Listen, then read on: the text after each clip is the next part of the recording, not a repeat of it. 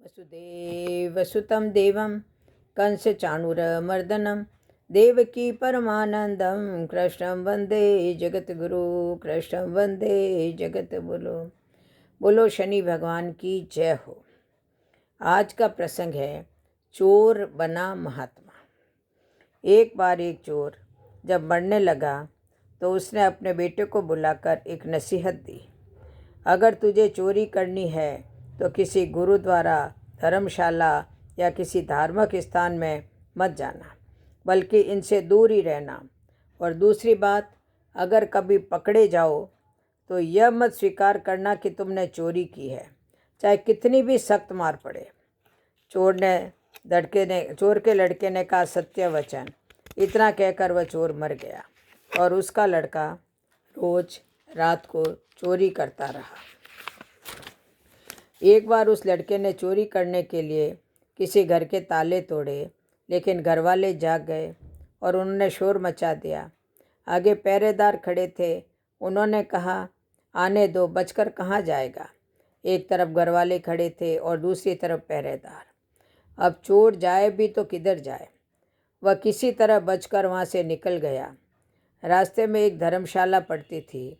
धर्मशाला को देखकर उसको अपने बाप की सलाह याद आ गई कि धर्मशाला में नहीं जाना, लेकिन वह अब करे भी तो क्या करें।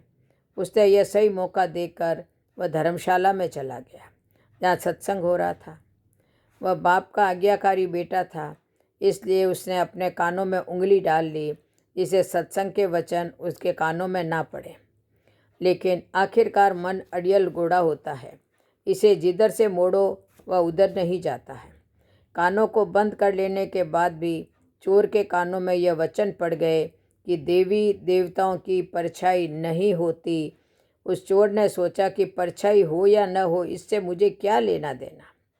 अब घरवाले और पहरेदार पीछे लगे हुए थे। किसी ने बताया कि चोर धर्मशाला में है। जांच पड़ताल होने पर वह चोर पकड़ा गया। पुलिस ने चोर को बहुत मारा, लेकिन उसने अपना अपराध कबूल नहीं किया।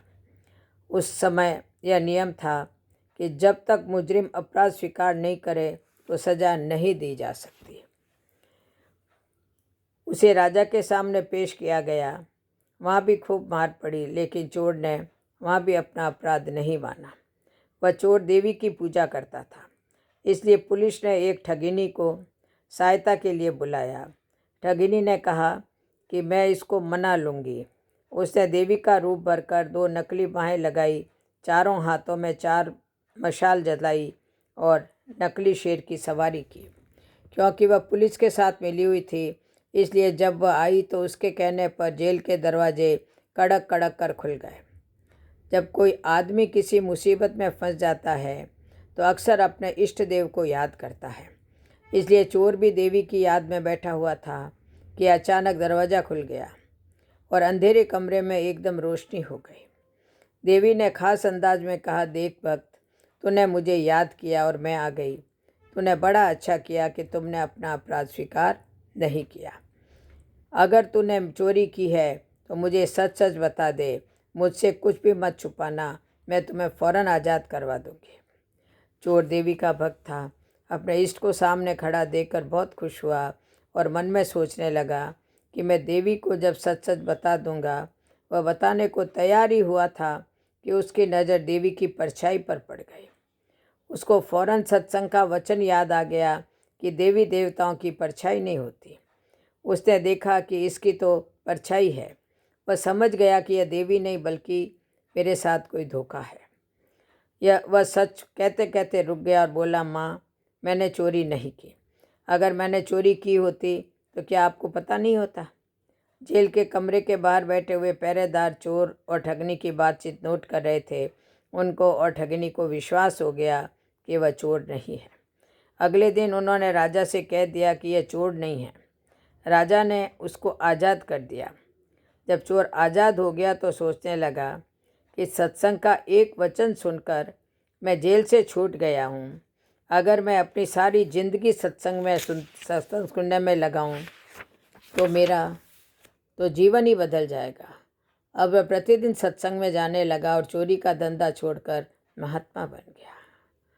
देखो, इससे शिक्षा मिलती है कि कलयुग में सत्संग ही सबसे बड़ा तीर्थ है।